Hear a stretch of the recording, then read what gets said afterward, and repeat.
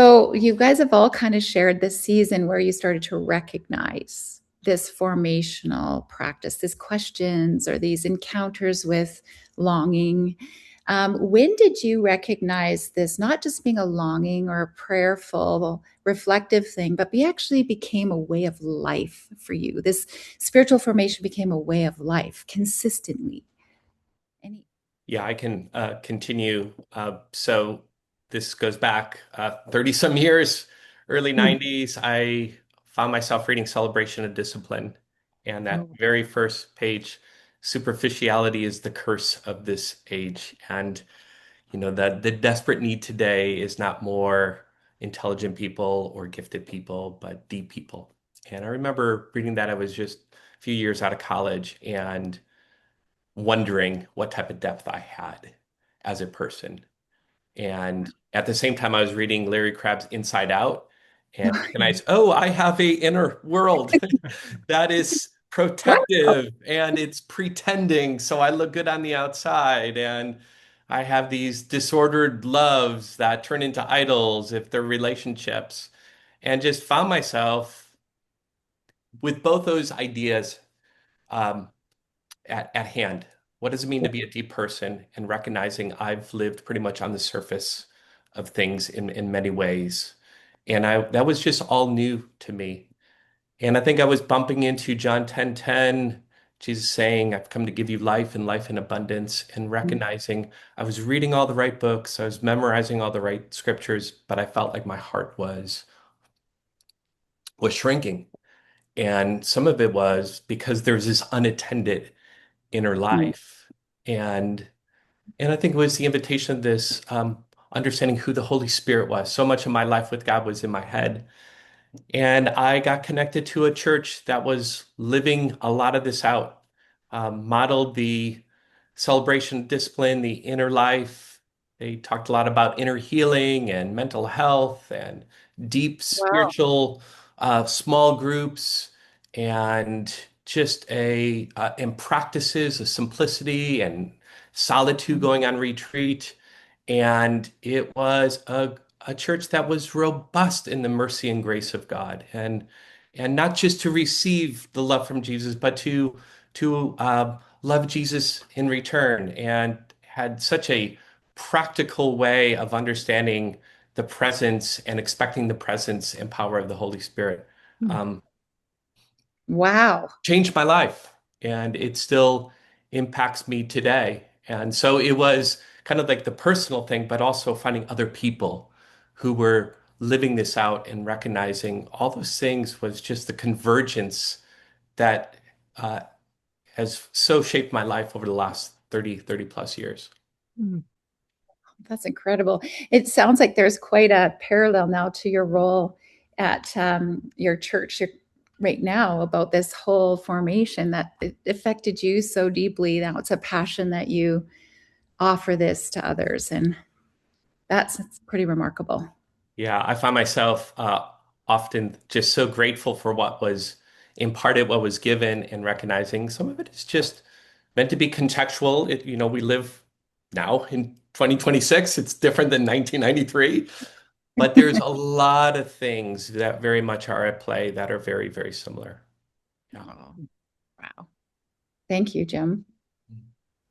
I think the phrase way of life, I was just trying to think about it, Wendy, and it was more, um,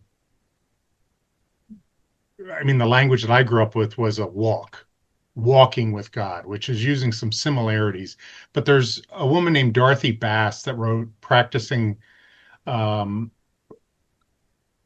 it's not practicing the way, practices. Practices of faith. It's something like that. It's Yeah. one of her Yeah. first books. And I Yeah. think it might have been the late 90s when that was written. And I think the language of a way of life, as opposed to a set of beliefs, was sort of I had ears to hear it. But I think in terms of it becoming more than an idea, but I didn't have the name yet. Mhm. I remember sitting down with Dr. James Houston, summer of '96, up at Regent College in Vancouver, British Columbia, and he's after class said, "Why don't you come over?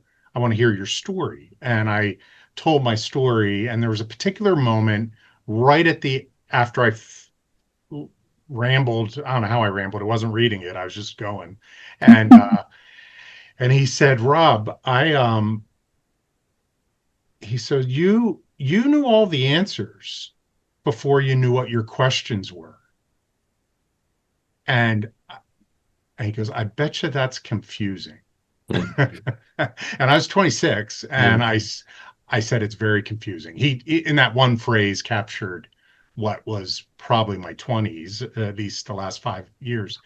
And then and I think there was something about that mentality of questions and answers. And then he said, I suspect you're growing up into Christ, which I wasn't using the language of way of life, but it was this, is going to look an awful lot like growing into your questions Wow. and then discovering as you bump into them, the Spirit of God there ahead of you. And I'm 57. And thus far, that template has not failed as a framework for my life. I know there's other people not everyone has the same sort of story that's sort of backwards in that regard. But that's been very descriptive of it was more than just an idea. This was an existential, even some of the ways I heard Pam earlier talk about compartmentalization. I wanted to kind of, in my 20s, I wanted to get to the bottom of it. Like I knew enough to know I was in the right spot. Yeah. I'm probably not quite as in a hurry to get to the bottom of it at 57. That might be the wrong phrase even for it. But that phrase connected me, Wendy, to this is a way of life. This is not just a set of beliefs. And it was compelling. I mean, I'm still in that room in his office, him responding to me that it probably comes up once a month mentally. So I spent a few decades thinking that I had the wrong kind of upbringing to be qualified with the people I was around in ministry or as a Jesus follower. But what I have noticed now as I have gotten older, I didn't grow up in a churched family. My parents weren't followers of Christ. I didn't have any generational. I mean, I was really solo. But when I was very young, 5, 6, 7, I was introduced to Jesus in our local church down the street. And Jesus has always touched my heart. Like, as I grew older and was in and out of so many different denominational experiences,